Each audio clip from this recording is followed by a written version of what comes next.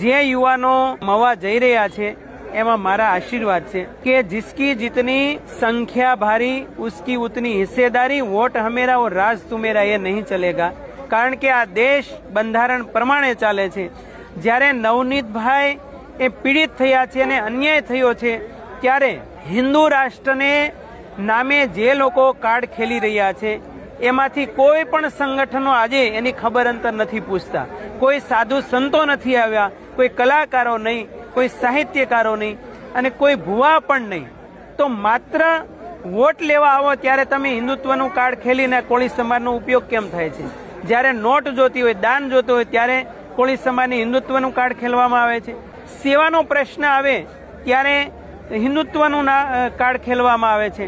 પરંતુ જ્યારે કોળી સમાજ હક અને અધિકારની વાત કરે, સમાનતાની વાત કરે અને પાવરની વાત કરે ત્યારે એને કોઈ ધ્યાનમાં લેવામાં આવતા નથી।